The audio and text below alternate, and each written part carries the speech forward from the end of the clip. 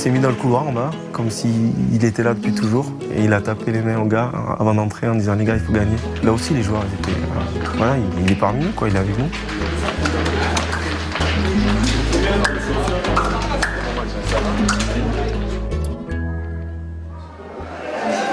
Dans la lumière malgré lui, mais toujours en retrait, c'est en famille, dans une petite loge du stade, qu'il va suivre ce match de CFA entre Rodez et Béziers. On peut toujours compter sur lui, si on se retourne, il est là, mais il ne vient pas pour accaparer l'image. Après, il n'est pas dupe de ce qu'il représente, mais il a tout fait pour rester le plus invisible possible, mais être invisible quand on est Zidane, c'est compliqué, quoi. Sur les différentes routes qu'il emprunte, Zidane n'a pas oublié celle qui va le mener à sa destination finale, obtenir le DEF, diplôme d'entraîneur de football. Là aussi, il ne brûle pas les étapes, qui passent par des stages en immersion dans les clubs, comme ici à Lorient, avec ses camarades de promotion Bernard Diomède, Willy Sagnol ou Claude Makélélé. Oser, pour prendre des décisions, pour garder le cap. Jésus a tellement d'expérience aussi, du charisme. Il faut donner cette richesse-là. C'est pas bien de mourir avec. Et je pense que le football français a besoin des gens comme ça. Je me suis déjà posé la question de savoir est-ce qu'un jour il aura la volonté de transmettre tout son savoir, parce que quand même il a un gros savoir. Donc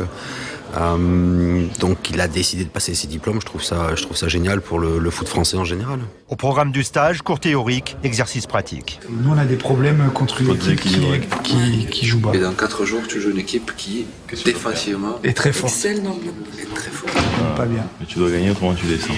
Est-ce que si je leur donne le ballon et que j'harcèle porteur et je fais récupération haute, et si je récupère haut, il n'y a plus besoin de déséquilibrer.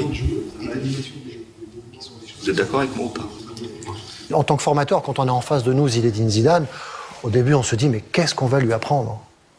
Très vite il nous a dit mais arrêtez, je connais rien du métier. Je connais rien du métier. J'y ai réfléchi, j'ai regardé, j'ai observé, voilà, ça se dessine un peu, mais j'ai pas assez de billes. Voilà, dites-moi, interpellez-moi, et on a senti vraiment chez lui ce besoin de se former, ce besoin d'échanger. Et les séminaires que nous avons faits dans ces différents clubs, au Girondins de Bordeaux, à Lyon, à Lorient, à Madrid, on a senti là qu'il prenait les pièces du pulse qui l'intéressaient. Donc je pense que pour identifier les pièces du pulse intéressantes pour un projet, il faut déjà bien y avoir réfléchi, quoi. Se rendre dans le Morbihan, c'est aussi l'occasion de se confronter à la méthode Christian Gourcuff, technicien reconnu pour sa philosophie du jeu. Ça passe par la progression individuelle des joueurs, ça passe par la progression de l'équipe. Et donc tout est mis en place, justement. Ma conception du jeu, donc c'est je suis un passionné du foot, donc c'est le jeu qui est la priorité. Il y a un côté à la fois esthétique et puis moral. La beauté de l'action et morale aussi, parce que pour moi le sport c'est aussi respecter les règles, rester dans un esprit de fair play. J'ai fait des choix en fonction de... Ce que j'ai vu, ça m'a pas surpris, c'est-à-dire que j'ai vu un mec qui disait voilà comment on va jouer, mais c'était lui le patron. Même si parfois en fait ça m'a un peu dérangé dans le sens où il délègue jamais, c'est-à-dire que même s'il a des adjoints, même s'il a des gens du monde qui est autour de lui. Il savait où il allait tout seul, et ça c'est quand même bien. À un moment donné tu t'épanouis plus, donc À la limite là j'ai appris ce que je ne ferais pas, parce que moi j'ai envie d'être à l'écoute. Voilà, même si j'ai conviction, même si je sais ce que je veux, je serai à l'écoute, parce que le staff en fait que je vais choisir, ou les personnes en tous les cas que je vais choisir, ce sera des personnes qui seront à la fois compétentes, mais en qui j'aurai totale confiance. Et des personnes en qui j'ai totale confiance, à un moment donné, j'ai besoin d'avoir leur avis. Très vite, on a vu où il voulait aller. Très vite, il s'est mis en place, il s'est mis dans la tête, ce management-là me plaît pas trop, j'irai plutôt vers celui-là, je ferai plutôt ça. Et ça, je le voyais pas comme ça, je vais prendre ça. Cette idée-là, elle m'intéresse, je prends pas. Et il a réussi, je pense que très vite, il a réussi à construire ses idées là-dessus. La formation touche à son terme. Dans quelques semaines, diplôme en poche, il l'espère, Zidane quittera les bancs de l'école pour rejoindre le banc de touche.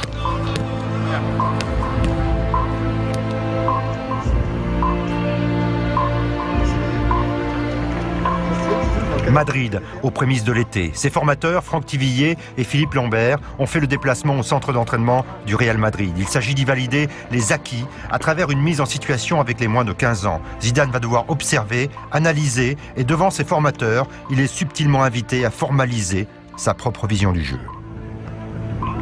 Tu penses quoi de l'exercice par lui-même? Est-ce que tu penses que on sollicite le niveau de ressources suffisant des joueurs? Est-ce qu'on leur apprend quelque chose? Moi, je pense que oui, quand même, parce qu'en fait, ils ont comme un circuit de passe. Ouais. Le circuit de passe que tu retrouves normalement, tu dois retrouver un match. D'accord. En fait, c'est le. Voilà, mais en match, tu as un sens de jeu. Oui, mais c'est pour ça. À mon avis, il existe là. En ayant une passe. Appui, remise, voilà. Tu dis on va chercher là-bas, d'accord. Et on va chercher d'autres. D'accord. Est-ce que tu penses que le niveau d'application, l'exigence y est? Pas tout le temps, non. Est-ce que tu penses qu'il regarde si mon partenaire est droitier ou gaucher? Non, pas du tout. Est-ce que tu penses qu'il le met dans un espace ou dans les pieds? Là, il le met dans les pieds. Est-ce que tu penses que c'est bien ou pas?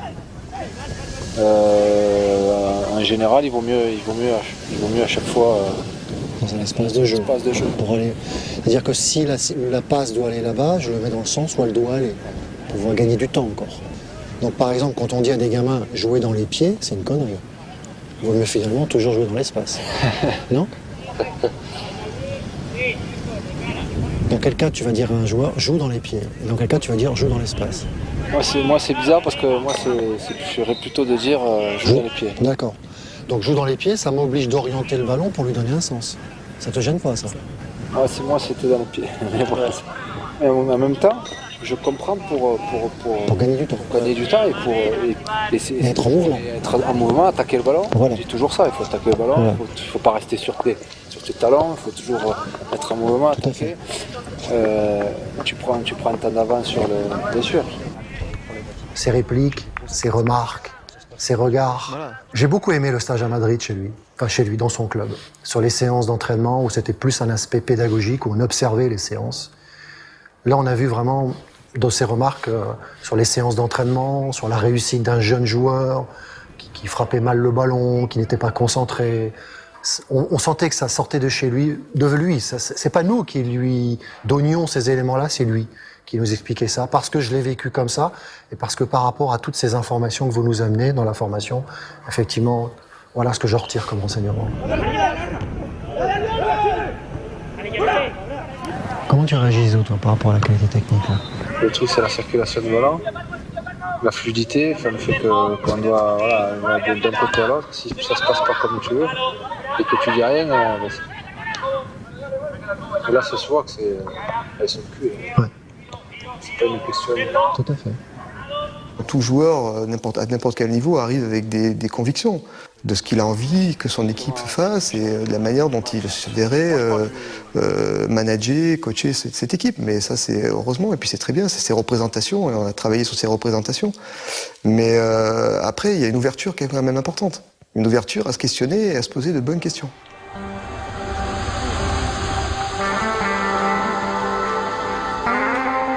Le foot, c'est pas compliqué.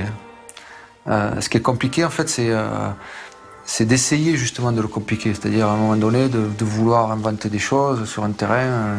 On va faire comme ci, on va faire comme ça. Hein. Moi, je veux que mon équipe joue. C'est écarter le jeu quand on a le ballon. C'est de repartir de derrière. C'est d'essayer avant de recevoir le ballon, c'est d'essayer d'avoir vu la solution après. Quand on n'a pas le ballon, c'est resserrer les lignes, enfin toutes ces choses-là. Et puis presser haut, jamais tourner le dos à l'adversaire. Essayer de récupérer le ballon le plus haut possible, parce qu'en fait, ça t'évite de faire toujours 80 mètres. Tout ça dans un équilibre. Après, t'adhères ou t'adhères pas, parce qu'il y a des gens qui se voient d'une autre manière le foot. Mais moi, je le vois simplement. Et je le vois de cette manière-là, et ça leur a plu. Il avait envie de rester dans le football. Il a voulu justement toucher à tout, c'est-à-dire il a été le conseiller du président, il a été directeur sportif. Il voulait connaître un peu tous les rouages d'un club de football de l'intérieur avant de prendre sa décision. Sa décision est prise. Sa deuxième vie va bientôt prendre forme.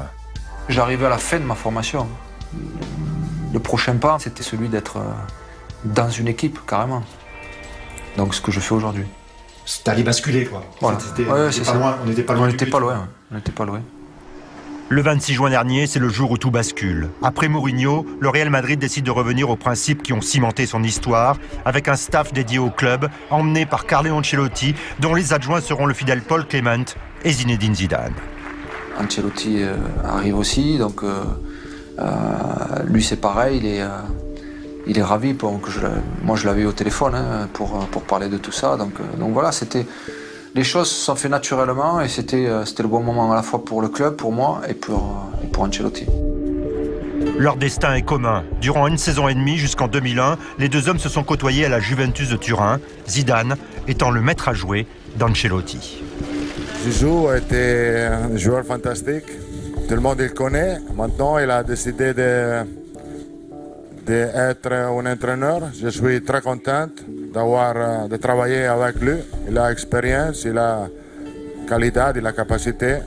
Ma décision à moi, en fait, elle était en fonction de l'entraîneur qui venait, bien sûr. Je n'allais pas me mettre avec un entraîneur que je ne connaissais pas. Mais est-ce que tu aurais pu être l'adjoint de Mourinho s'il était resté, par exemple? Non. J'aurais pas pu. Et puis de toute façon, Mourinho, il avait à la fois son adjoint. Donc il n'y avait aucune raison que je devienne l'adjoint de Mourinho. Ne pas se laisser aveugler par l'impatience ni par l'euphorie, Zidane n'est jamais pris en excès de vitesse. C'est ce qu'apprécie le président du Real Madrid, Florentino Pérez, l'homme qui a convaincu Zidane de porter un jour le maillot blanc et qu'il a toujours soutenu à l'intérieur même de la maison Real.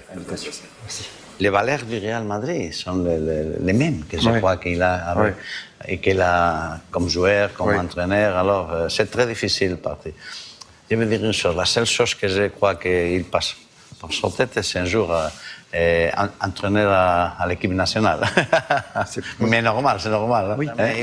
Étonnant de voir le président du plus grand club du monde, les yeux pétillants de plaisir quand on lui parle de celui qu'il appelle encore Zizou. Le Real dans son... C'est ça. Zizou, cuando era jugador, yo creo que no se planteó ser entrenador el día de mañana. Él era jugador, se centraba exclusivamente en eso, pues en lo que era el mejor jugador del mundo en la época. Y yo creo que esta vocación de entrenar o de volver al mundo del fútbol, y sobre todo de volver a través del Real Madrid, que también es verdad que él lo tiene en su corazón, pues ha sido más reciente. La dernière fois qu'on s'était vu avant que je prends le poste, c'est que je lui ai dit, voilà, je veux être entraîneur. Donc on peut discuter sur le reste, mais ce que je veux faire, c'est entraîneur. Donc il m'a dit, pas de problème. Comme il me dit souvent, en fait, si tu es chez toi, tu apprends, tu fais, nous on est derrière toi. Vous pensez que c'est suffisant de s'appeler Zidane pour être entraîneur? No, en absoluto. Es más, los grandes jugadores no siempre han sido buenos entrenadores. Pero Zizou es una persona, yo creo que especial. Es verdad que es reservado, es verdad que es difícil sacarle algunas palabras, pero es un hombre de una gran firmeza, de unos grandes conocimientos futbolísticos, de un gran talento y es muy constante. Y yo creo que son las condiciones adecuadas para ser entrenador. Porque yo he conocido muchos entrenadores que hablaban mucho, hablaban todos los días y luego, pues, digamos, como técnicos, pues tenían un nivel muy inferior a otros, que siendo más reservados, por biología, Zizou solo puede ser número uno. Es imposible ser número dos, pero también él es muy inteligente y sabe que la carrera de entrenador es distinta de la de jugador, que igual que cuando empezó como jugador, él sabía que tenía un camino que recorrer para llegar a ser el número uno, pues yo creo que ahora mismo también está convencido de que necesita un tiempo para también ser número uno, como entrenador. Un président et un entraîneur prêts à l'accompagner au milieu d'une équipe de rêve, la voie est royale et Zidane en est conscient.